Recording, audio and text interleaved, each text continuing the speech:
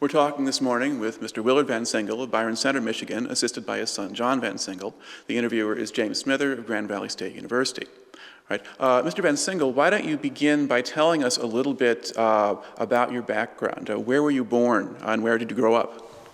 I was born in the south end of Grand Rapids till two and a half years later. My folks moved to Byron Center. And they lived right at the end of this street. And what did your family do? My dad was a carpenter. Then when the Depression got hard, he took on the job of fixing cars. The merchandise of auto homes was quite limited for a while. From there, 1930, 40, I graduated from high school in 1936. And then what did you do when you graduated? I was just a scholar in school. I didn't have a lot. You went to factory work at Winters and Crampton, didn't you? I went to Winters and Crampton's in 36, 37. And in 38, I went to the bank in Byron Center. Okay, and how did you manage to get a job there? I tell you, my mother was married into the family a little bit, and says, I think you ought to go to the bank and try and get a job. And I said, Mother, the pay isn't very well. Well, what's the pay? Yeah, the pay was about $10, $12 a week. And that's not much money to live on. How much were you making in the factory? In the factory, when I left the factory, a week or two later, when I left the factory, I was making $21 a week. And I came back to go to work for $10 a week. Okay, so why did you do that? Because I thought I had a future. I worked in Winters and Crampton's, and it was good, but I had hoped to get something a little better. Okay, and so were you then working at the bank at the point when the war started? Were you still working at the bank when the war started? Oh, yeah. All right. No, when the war started, I was still in the bank. Right. Yeah, you were at the bank. Yeah. Okay, and then were you drafted or did you enlist? I drafted, or after about so long, I said, I think I might just well go in and get my 6 months away and get started with my deal. But then the war came on.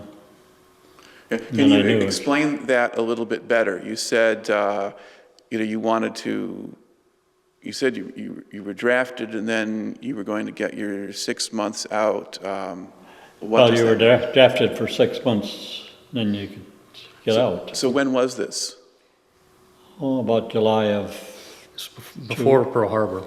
Before Pearl Harbor. Okay, so July of 41 or 1940? 41, I would say. Okay. He always told us he was in the military for 4 1/3 years. So 6 months turned to 4 1/3 years. Right.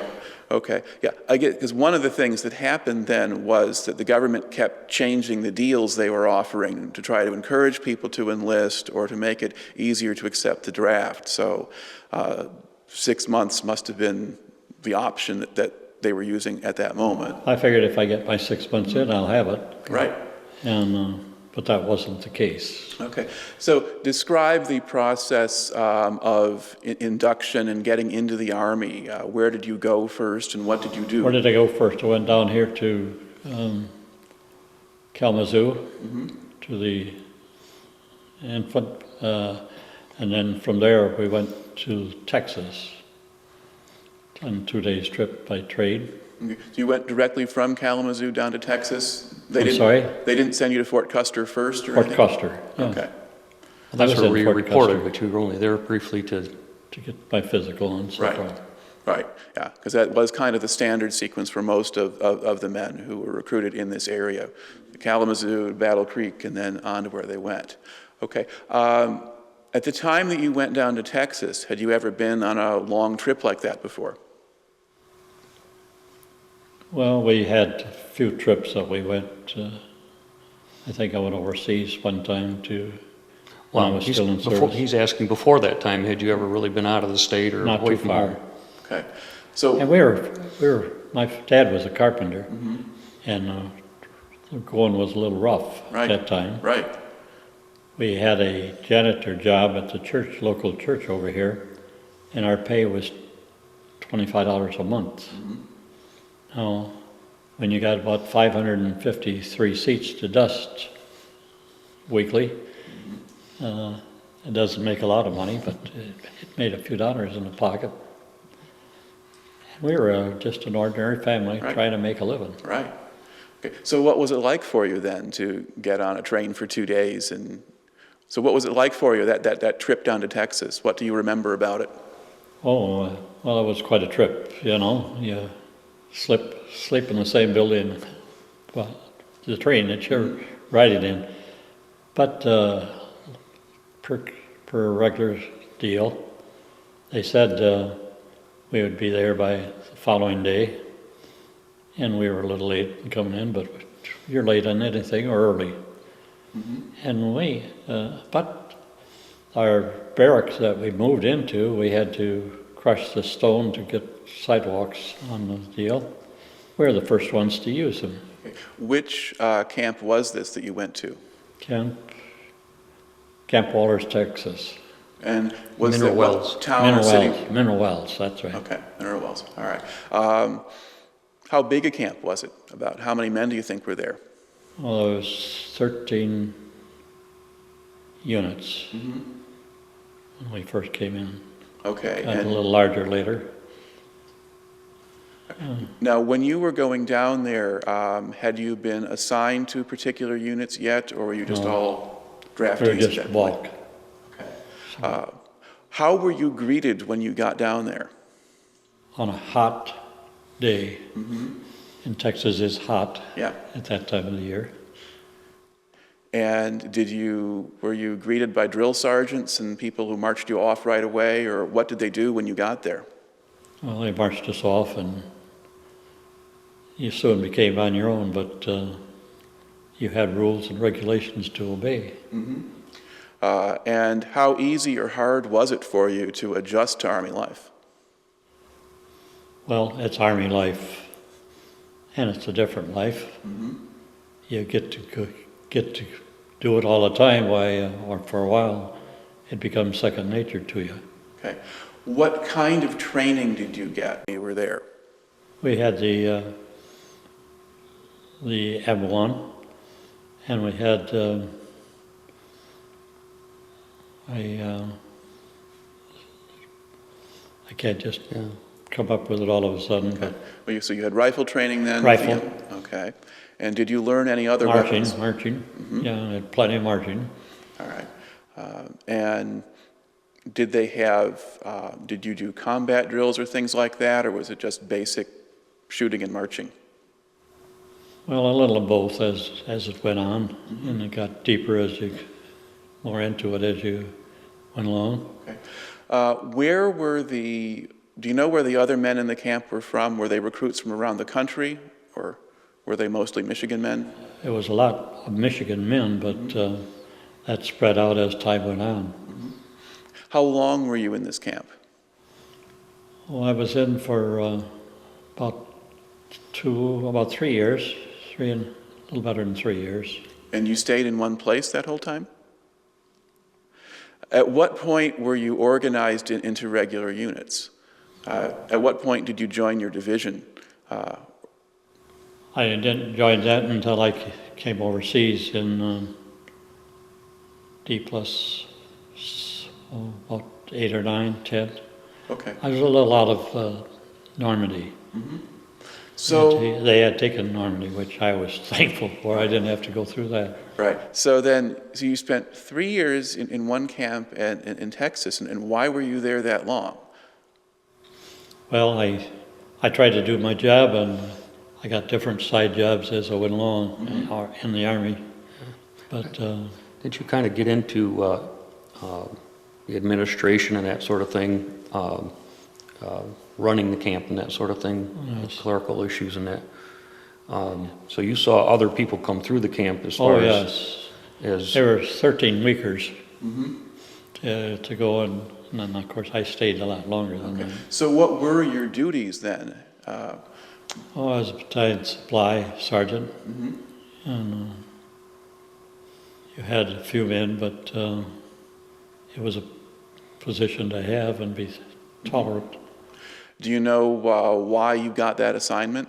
Do you know why you got that assignment rather than somebody else? No, we went on to someone else again, or someone that was in with us at the time, and then finally went off.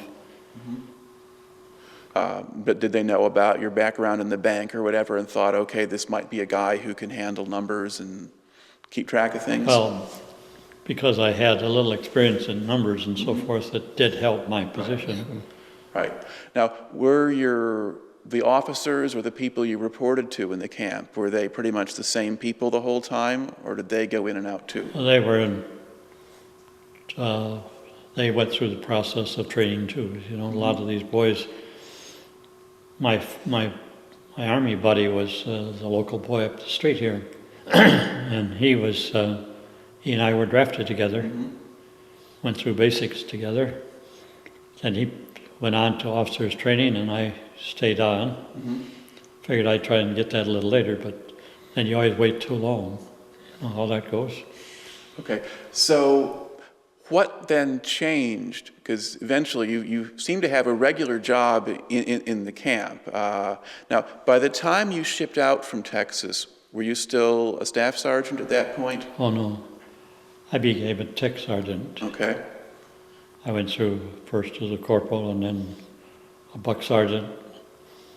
I missed the checks, the next step, but then the three deal up. Okay, so you're kind of moving up, but you're still a non-commissioned officer at that point. Now, what was it that got you sent overseas? I mean, if you have a regular job and you're doing that job and you've been there that long, why'd that change? I stayed into the battalion supply for a long time. And I tried to keep my deal up and tried to be responsible for it. And it worked out pretty well for me. Because, like I said, I was in there about 4 years and 4.5 years, just about 4.5 years. Right. I'm trying to sort out what was it that happens that gets you sent overseas. I mean, when did you find out you were going to Europe? Well, that didn't take long. Once it got hotter and you knew something was being set and you know it was going to happen. So once the invasion, so did you leave, when did you leave the United States? When did you go over to Europe? The Europe deal. I went into Europe in July, I believe. Okay.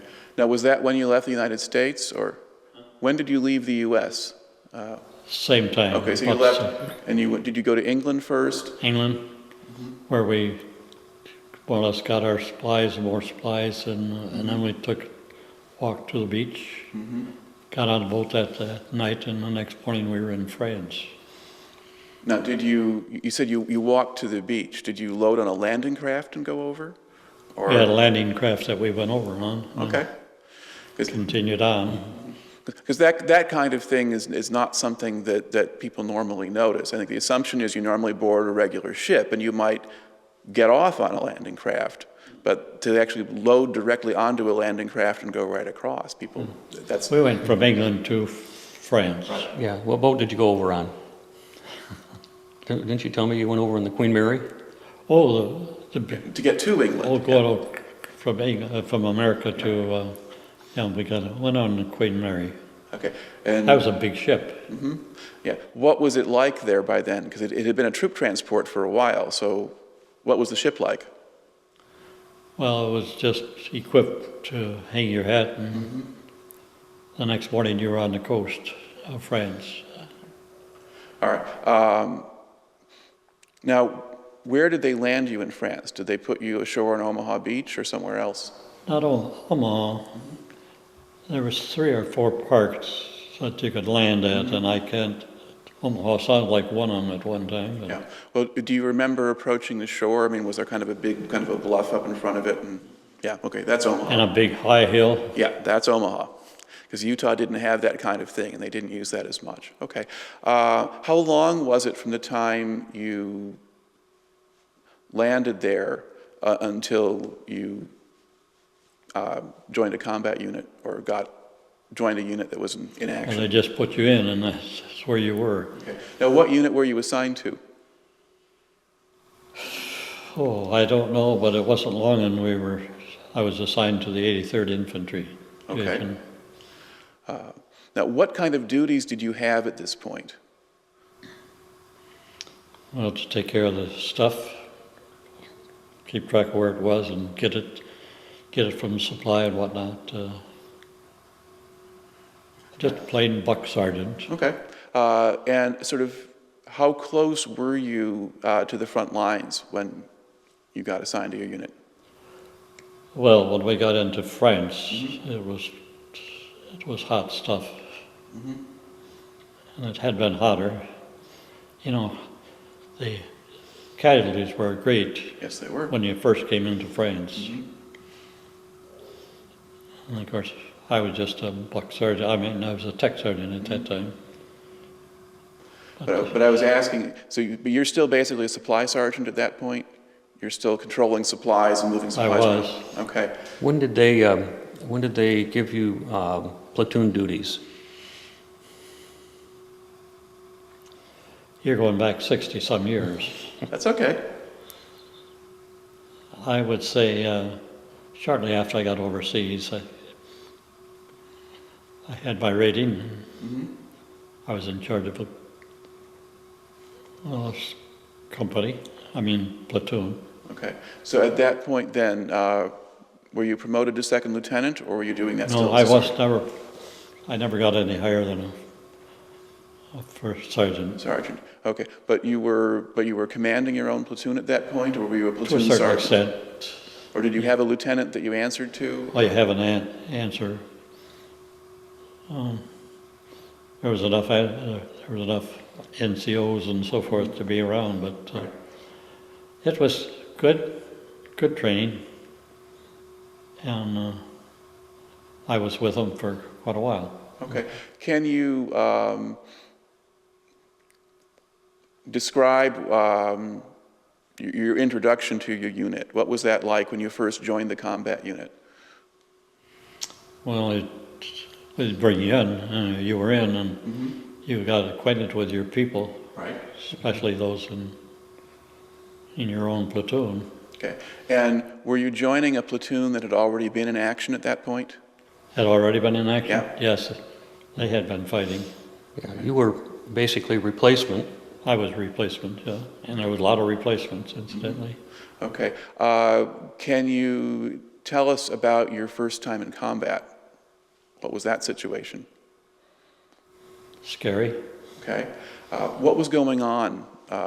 What sort of, if you can describe what it was that you had to do or what you were sent to do?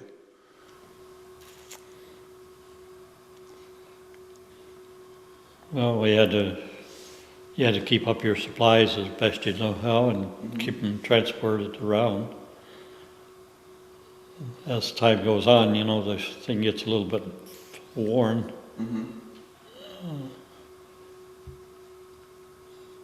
I had some good men with me, and we tried to work it as a team. Now, at this point, were you fighting in the hedgerows at that point? We were, after we went up the big hill, we settled, but I don't know, it was very shortly we were in combat. Right. And were you in combat in the Bocage country with the hedgerows, with the big hedges and all that kind of thing? Yeah. So what was that like? That was a rough deal. And like I said, those boys that came in the day of D-Day, D+6, 2, 3, 4, 5, it was raw. It was not good life. Right.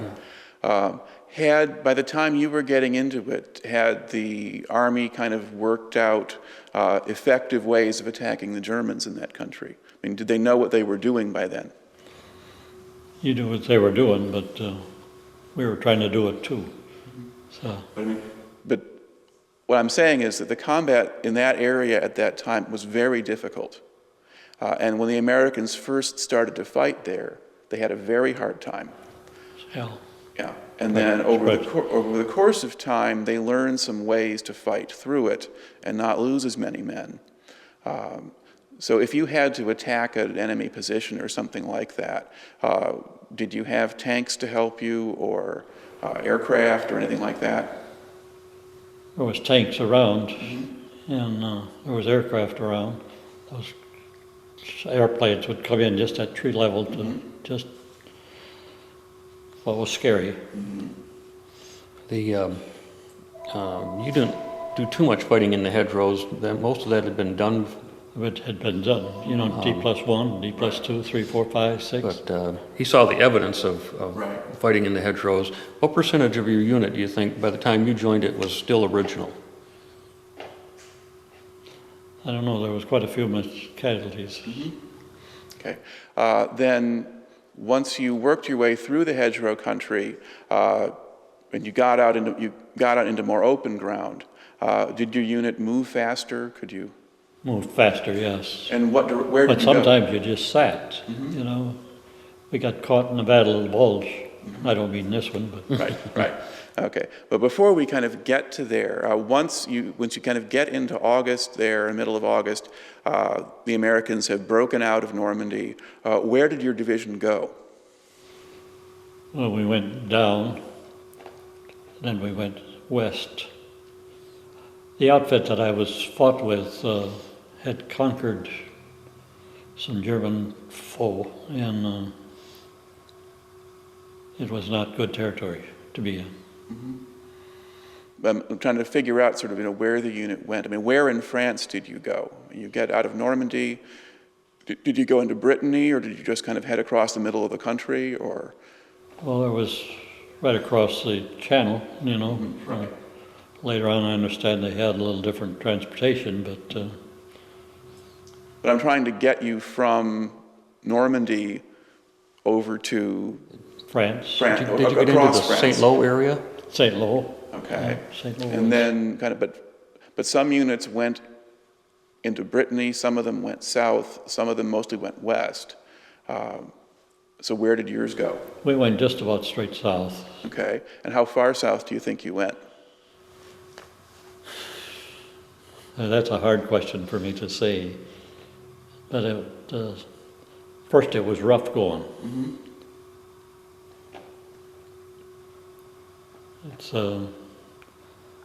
It's a life that you don't like. But you have to do it. What kind of transportation did you have? Footmobile, mainly. Okay. Was there a point where you got to just ride in trucks and go faster? Well, you went faster, but just for slower amounts of time. I mean, you're in combat, you know. But there was a period there in August and September of 41 where the Germans were retreating and the Americans could move faster. I was in on some of that. I didn't get hit on the blood of it. I didn't get credit for the Normandy Right. beachhead because that was about done. Right. But time is a factor, and like I said, 60 years is, Sure. my memory is a little bit shorter than it used to be. Now, do you remember going through any cities in France? I mean, did you go through Paris, or did you go through any of the larger cities? We went through Paris, Okay. and what's the big statue? Eiffel Tower? Eiffel Tower. Did you actually get to go through the city? And We went in it, but they seemed to not have much fighting right in it no. at that time. And I don't know, what did the city look like to you at that point? What did you think of it when you saw it? It was good to have land behind you. What do you remember about the people in France? Because you're driving through the countryside, how are the people behaving? They were behaving pretty well when we got there. Sometimes it was not the easiest, but it worked around pretty well. Then afterwards, well, let's see, just a little bit later than what we're just talking is Battle of the Bulge. And you remember that? Certainly. And talking about it. I never was so cold for so long as I was in the Battle of the Bulge. Just, it makes you shudder. Okay. Now, before you got into the Battle of the Bulge, was your unit engaged in sort of further fighting? Well, we always kind of kept to the gear. And if we could make a little space, it was wonderful. Do you have any idea of where on the front you were, or which army were you assigned to? Do you know? Was it 3rd Army, 1st Army, 9th Army? 9th, we were on to the 9th a little, but we also were on the 3rd, I think. Okay. And before the Battle of the Bulge started, I mean, were you north of the Bulge or south of it or somewhere I would say we were north of the Bulge. Okay, and that's quite likely 9th Army then.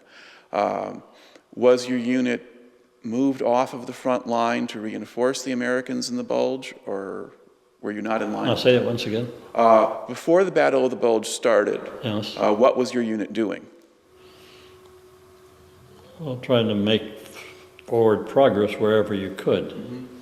So you were up in the German border someplace, or? Well, yes, I would say so. Although the Battle of the Bulge, that was in France. No, Belgium mostly, but Huh? Belgium? Belgium. Belgium and Luxembourg mostly. Okay.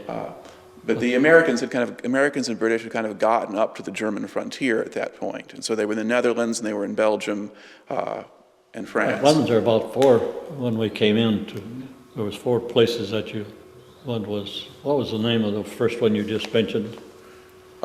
Netherlands and Belgium and Luxembourg and France. Which one's in France? What was the jump-off spot in France? Well, France was really south of the Bulge area. So you were kind of getting up close to the Rhine, around Strasbourg and places like that. And that's where the 3rd Army was. The 3rd Army and the 7th Army were down there. And the 1st Army was above them, and the 9th Army was above them. So 9th Army, if you're north of the Bulge, you're probably in Belgium at that point, or maybe the Netherlands. Well, we got into Belgium a little later, I think. You know. First, I think we were going straight in. Okay. Now, at this point, can you describe what your duties were or your basic job was? What was your responsibility from one day to the next? We worked it together, I think, but I had my crew, or a few people, and you always tried to get your supplies out so that your men had something to work. Okay. And what kind of supplies were you handling mostly? Well, food was we helped the boys with the food a little bit maybe, but not too much. But our supplies, a rifle, your ammo and whatnot, and what's your machine that fires. But at the Bulge, weren't you pretty well dug in, didn't they? Well, we dug in, but you dug, when you get comfortable, you move on. Okay. Now, when you were doing your supply work and you were doing your job and so forth, did you come under fire at all? Were the Germans shooting at you? Oh, yes. You lost men. I wouldn't say we lost a big majority of men, but we lost men. Now, do you lose men out of your supply unit? I mean, did the guys who were working for you, I mean, were they taking casualties while they were doing their jobs? Were they take? Were your own men getting hit? Oh, yes. Well, we were part of the unit. So were you getting hit by artillery fire or mortars or? Both. Okay. You never knew what was coming. You've been out where the buzz bombs were going over, right?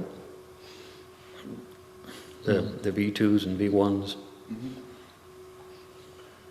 Yeah, what do you remember about that kind of thing?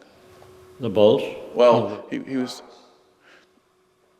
Well, you didn't like them. I mean, you know, you don't have much chance when you got mortars, and that's a rough deal to fight against, but you have to go through it. What kind of support was your unit getting? I mean, were you getting artillery support or armored support or air support? Some. But like I said, it was cold. Okay. Did you see much of the Germans at all? Of what? Could you see the Germans at any point? I mean, Oh, yes. And you could see where they've been and so forth, and where they're going or trying to go. what impression did you have of the Germans at the time? They're a disciplined army, I would say, by and large. Were the soldiers, were there a lot of older men and really young ones in their army, or were you fighting a lot of guys kind of your own age? Well, I was about 23 when I was going in through that area. And I would say they were seasoned troops, because they've been in the service for quite a while. But you still thought they were sort of regular troops, and they weren't, men in their 40s and 50s or boys in their teens? No, I don't really recall them in. I saw enough of them, but. Okay. Now, where you were fighting, were the Germans using tanks and heavy equipment, or was it mostly just infantry, as far as you could tell? Well, they had a few tanks in there, and we had a few tanks. If you could get a ride instead of walking sometime, you tried to do that too, but you didn't want to be on when the stuff was firing. Right. He always made the observation that the Germans were very well equipped. They were told that they had good equipment, but when you say that it was 88s, which were basically their artillery, were very powerful, very accurate, and he's always been a big advocate after the war of being, as a nation, well equipped, so that we don't ever go into a war again ill-equipped. Did you get the impression that the Germans had better equipment than you did? Say what? Did you think at the time that the Germans had better equipment than you did? Well, I think they did first. I was thinking, someone mentioned it the other day, it brings back, you pick up little tidbits. At one time the Germans had been retreating, and we tried to help them along a little bit, you know how that goes. And drop in an artillery round here, there, and so forth. But then I was called to the bed, and as I walked away from there, I see the enemy was over here, and we walked away. I came up to him and got the message. Then I went back towards the men, and man came running up to me, and he got hit right here, through here into his chest. Not a big wound, but it was a wound. And then the next guy come running up to me. He got hit, but he got hit in the back of the helmet. Made a square in the back of his helmet, about like that. But the next guy, just came to us that day or day before, a new man for me. The poor guy, he got hit. He must have been turned a little bit, and it took him right through like this, right on through. He never knew it hit him. Now, was that a machine gun that had you, or just a rifleman, or could you not tell? I think this was artillery. Artillery and probably airburst, and he questioned sometime if the lines were very fluid at that time, if it even could have been friendly fire. Yeah, because you can't always tell. All right. You were talking about sort of just the physical conditions of being in the Bulge. I mean, you said it was very cold. What else made it hard to fight there? Well, when you're cold, you're cold. And I don't know, the snow was how deep, but I know it was cold. Okay. Could you do anything to get warmer? Move. All right. But could you build fires or use stoves or things like that? Fires were the best thing to try and let the enemy know where you are. In other words, we kept our fire down. And so how long were you kind of just having to be outside and out in the field during the Bulge? I mean, how many weeks do you think that was? Well, it kept right on running. We got into the Netherlands. But they were friendly towards us. Right. And then when we got into Germany, and into, well, it would be Berlin would be on the way down. Then we crossed the Elbe River. Where would that be, John? That was about in April, I think. Okay. Towards the end, as he went through, he got closer and closer as attrition and that sort of thing. And toward the end of the war, I think he was more and more on the front lines than in supply.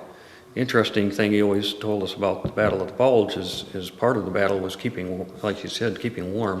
And he always made the comment, it's more important to have more under you than over you, so to keep you away from the cold ground and that sort of thing. But I always marvel today at how much cold he can tolerate.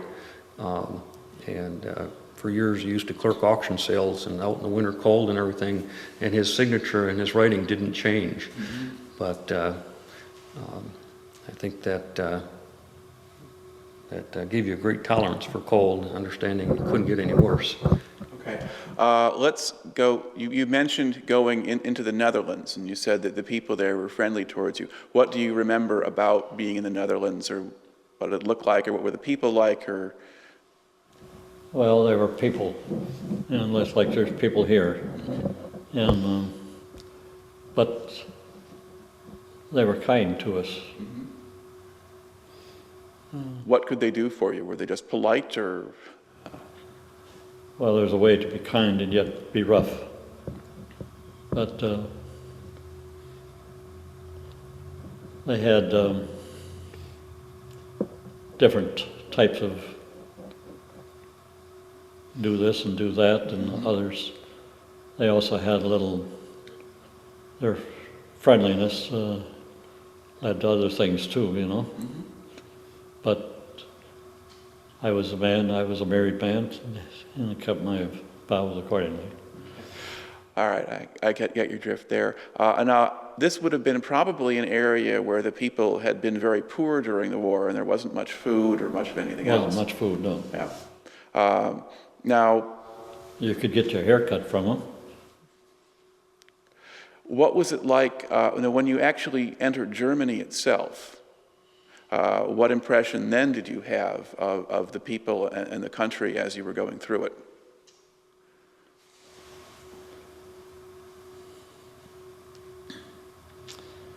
Well, the German people and the Holland people were good people, but when there's time to give up and time not to give up, I guess, I don't know.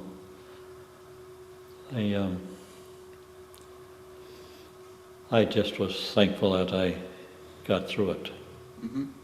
But can you tell us a little bit more about how did the German civilians behave? When you were going through Germany, how did the civilians behave as you went through their areas?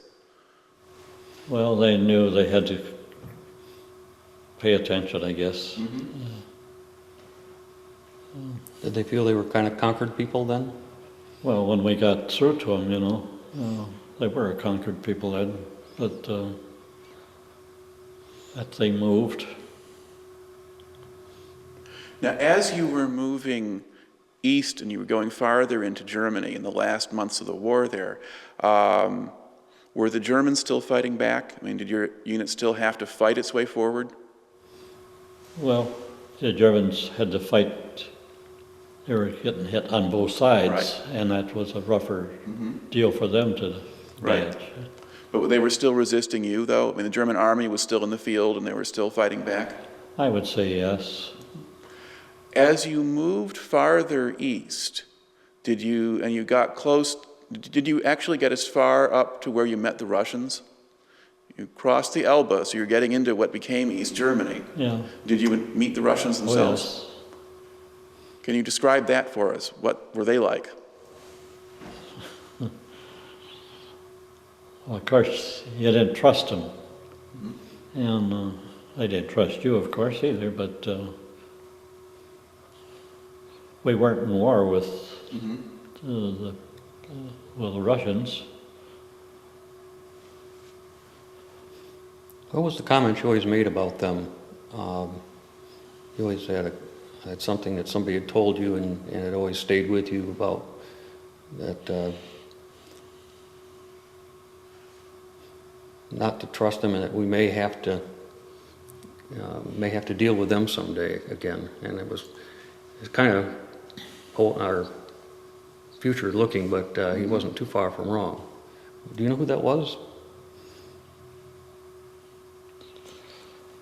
No, just one of the things going through my head right now, trying to come back with it. But we got into Russia, yes. I remember crossing the Elbe River. That was a river. And how did you cross that? Were the bridges up, or did you have to use boats? Boats. Okay. Didn't they? Did you get across, and then they built the bridge, and the bridge was named after? What was the bridge named? Didn't they? Gosh. Truman Bridge? It's a Truman Bridge. I have a picture someplace at home, the Truman Bridge, but yeah, I don't know just what we called it. Oh, you told me they called it the Truman Bridge because the day or so before Roosevelt had died and Truman was now president. So. Now, when you were going east into Germany, did you see German refugees? Were there people who were heading west then? I would say yes.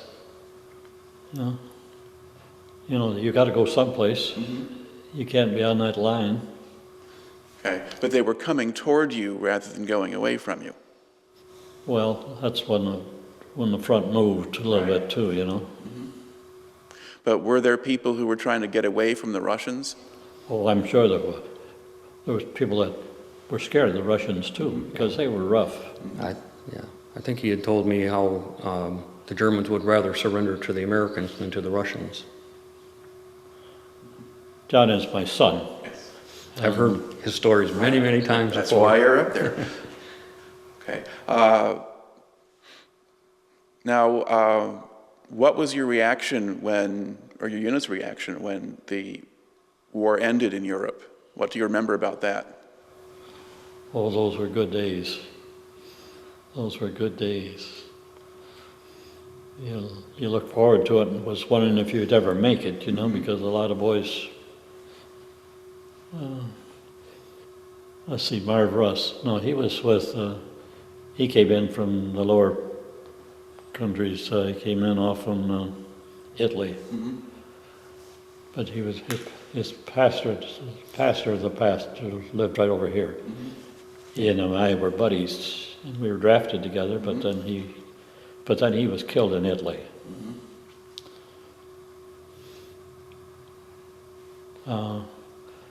The people were happy to see us. Yes. Now, you had the chance at one time to be part of a party that was going to liberate a concentration camp. But you didn't go, but you did hear a lot about it, didn't you? Yeah, you hear some things about it. But, you know, you think of, this is Germany, this is it, and so forth. But this is huge, this is area, you know what I mean? Some people wonder, how come you didn't meet my boy over, and he's in Germany someplace too? Well, it's just hard to get all the way around, at least. Okay. Now, when you were in Germany there, how much did you know about what the Germans had been doing, say, to the Jews or with the concentration camps? Did you know about those things? We knew what they were doing, and some of them didn't take long. And of course there was Some boys pull the gun pretty quick and others don't pull them so quick. So how many want to get away and get off the lines? Sometimes we weren't the most best for that.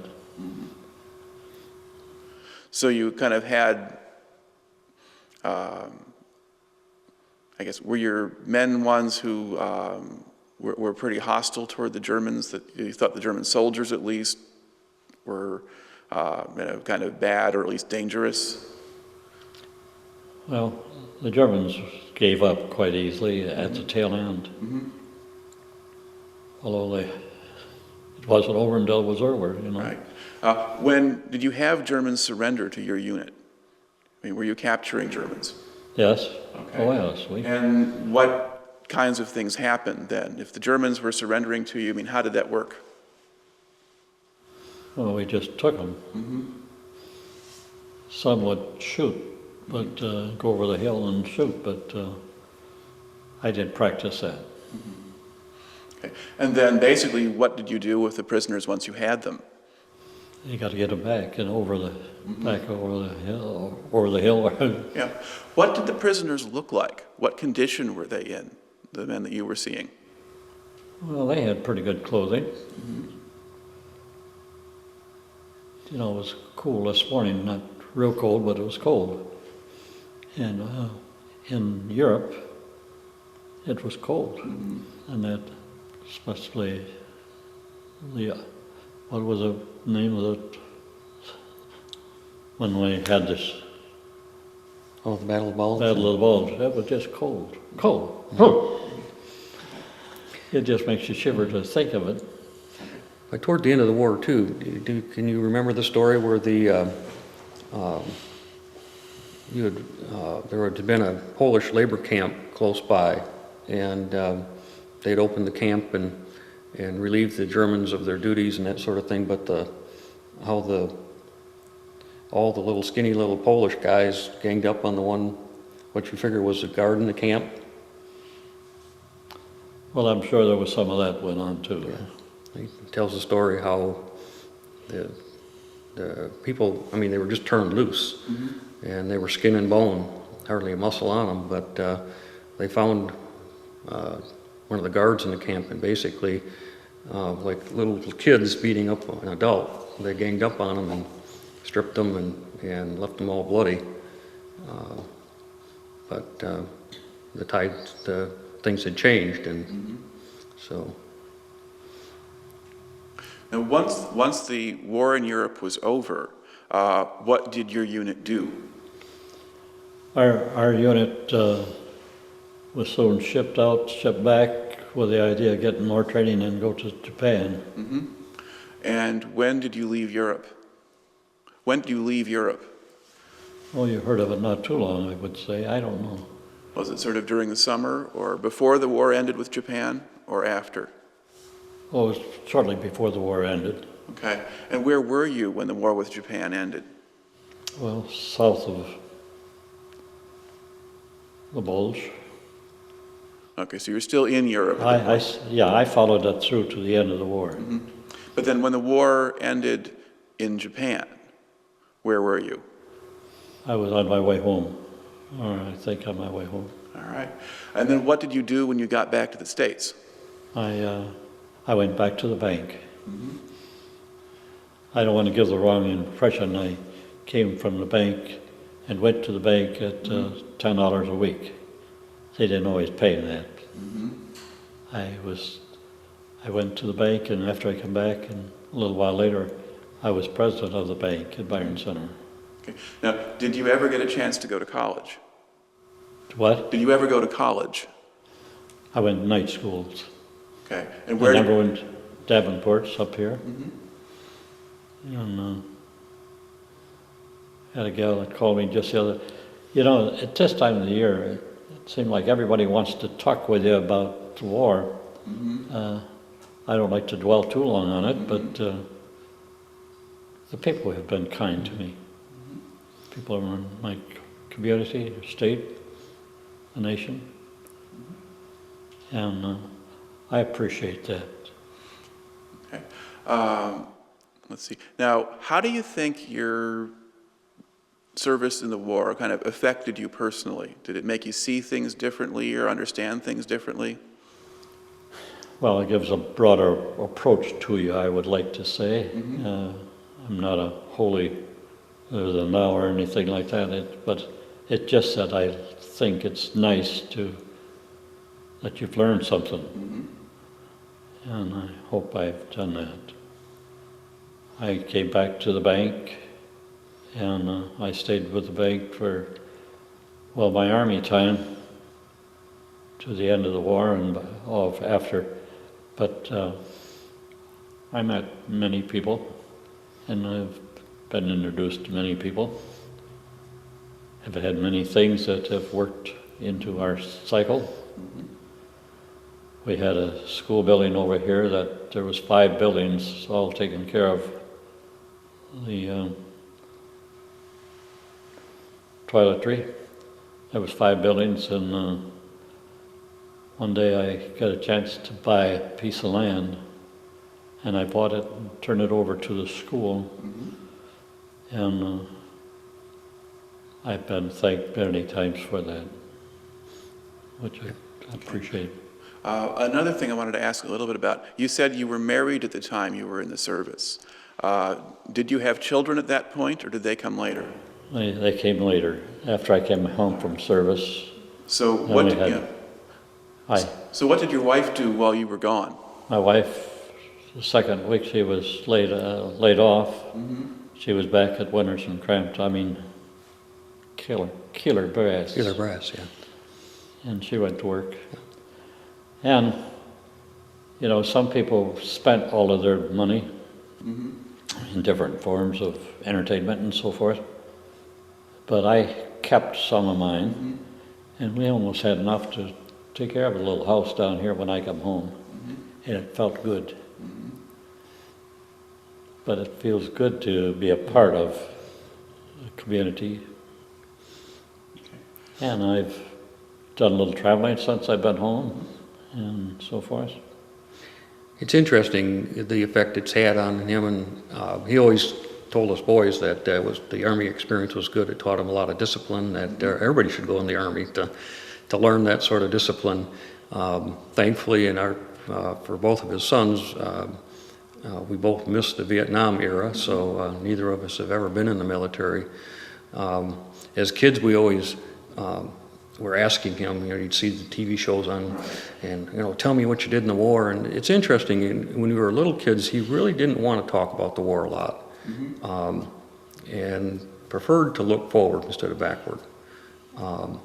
The interesting thing is metamorphosis came when he wasn't initially active with his what I call his war buddies. When he started going to some of the conventions and heard other people speaking out and that sort of thing, that's kind of when the stories started to come out more and more.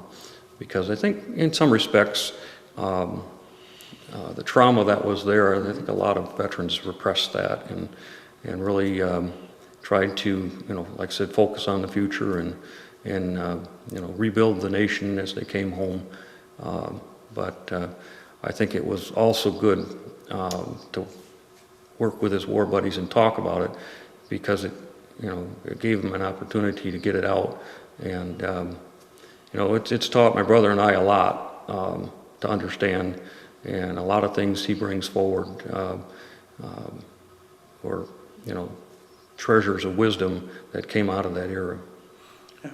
Well, it's really sort of what this project is about, because the more we know about what all of these men experienced and what these people went through in that era, really the better we understand where our own country came from. But it just gives us information that we can use to just help figure out what we're going to do now. And so it becomes very important to get these stories, as many as we can and as complete as we can. Are there other memories that you've got, or individual stories or things that you remember about that time period that we haven't covered yet?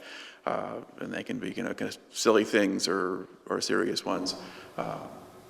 I think it's, as we go along in the history of time, that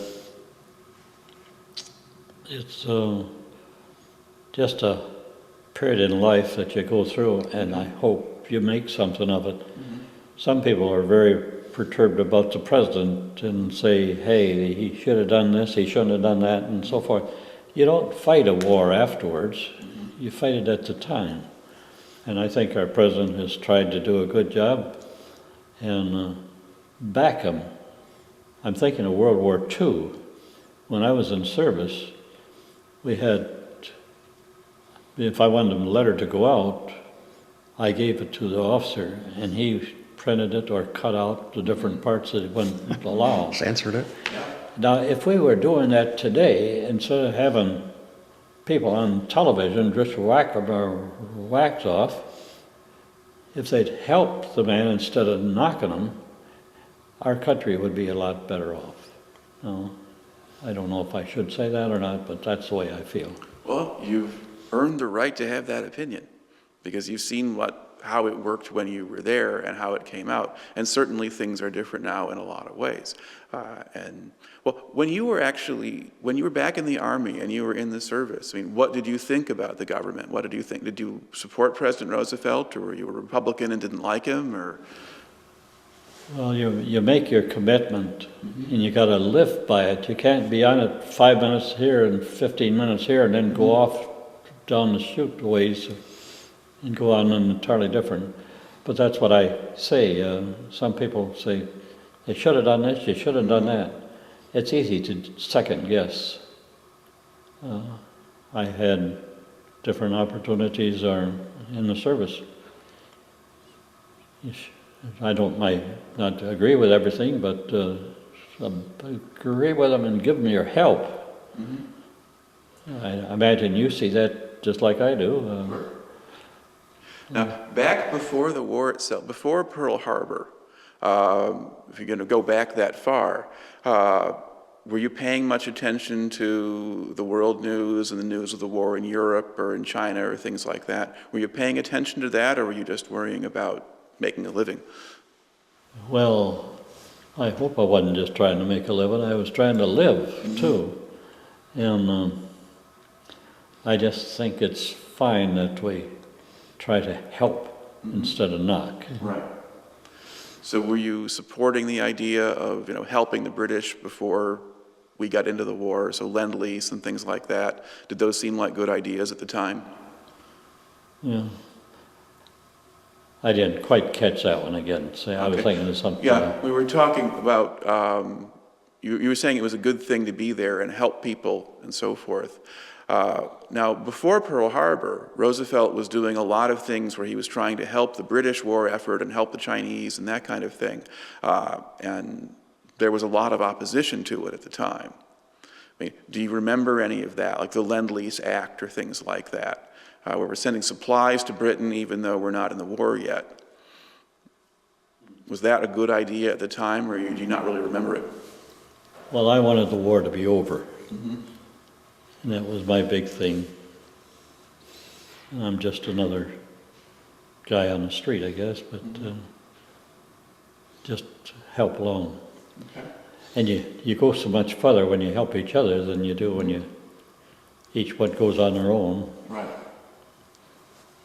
He always said that, the Depression happened in the early 30s, and then things improved a little bit, but he felt that economically we were slipping back again toward the later, but then the war effort started to kick in. So I think all around the country you could see whether we were committed or not to being in the war, we were gearing up for it. And you said the factories got busier, and what could have been a recession or another dip in the economic cycle was actually averted by building up for the war effort. And you basically always told us you could see it coming, maybe not perfectly, but in 2020 hindsight, you for sure could see that Roosevelt felt we were in the war whether we were or not. And what did you always think when Pearl Harbor actually happened and Roosevelt did declare war? Well, I remember when it was declared, and that meant me, because I know it, when you're in the 20s, you're going to be in an army. And we're all people. It was interesting. One thing at the beginning, his boss at the bank, who never really was the banker, he was president of the bank, but more chairman of the board variety. His name was Seard Andringa, and he also was on the draft board in town. And he did try to get you a couple deferments to keep his, employee in the bank, but that didn't work either. So, but it was an interesting time too that the draft was coming about, and I think interestingly enough too that he went through basic and everything in Mineral Wells, but stayed there as part of the base. And I think they recognized, his 54 years in banking, kind of looking back is why he was in battalion supply and that sort of thing, because he had the ability for administrative skills. So, because it certainly was pretty unusual. It was not a common thing for an ordinary recruit to come in and basically stay on when he was otherwise fit for duty. So yeah, probably clearly they once in a while the Army did something right, and they had an eye for talent. So I have encountered men who were diesel mechanics or whatever before the war who sure enough got to go work on diesel engines. And then there's, lawyers who wind up as privates in the front line. So it didn't always work, but sometimes it did.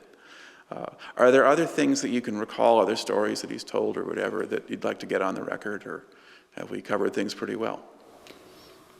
I was thinking just a thing that, just going back a little bit, but I got into Britain, but I was only there long enough to reshuffle and get on. But I think it's nice that we protect our country, and we have a good country. And sometimes it isn't agreed to by all people, but that's one of those things. We like it. The other interesting thing that he talked about a lot was the fact that his group was pretty diverse, what they kiddingly called the GI plan.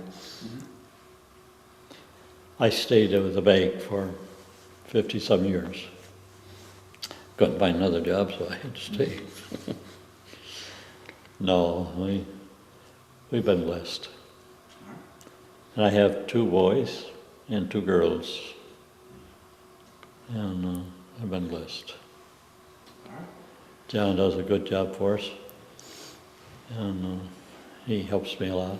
But I'm glad you came along, John, because it's just hard to keep up with all the saying as you go on.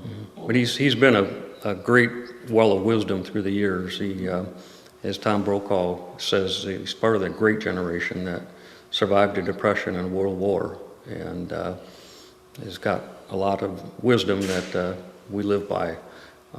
So he's taught us well, and hopefully I can bring that forward to my kids too. I think we still always have to remember the lessons of history so we don't have to repeat them. Yeah, and it's sort of an era that you hope another generation doesn't necessarily have to go through. And if we do it right, maybe we don't. Well, thank you very much for coming out and talking to us here today. Thank you. Right. I appreciate this.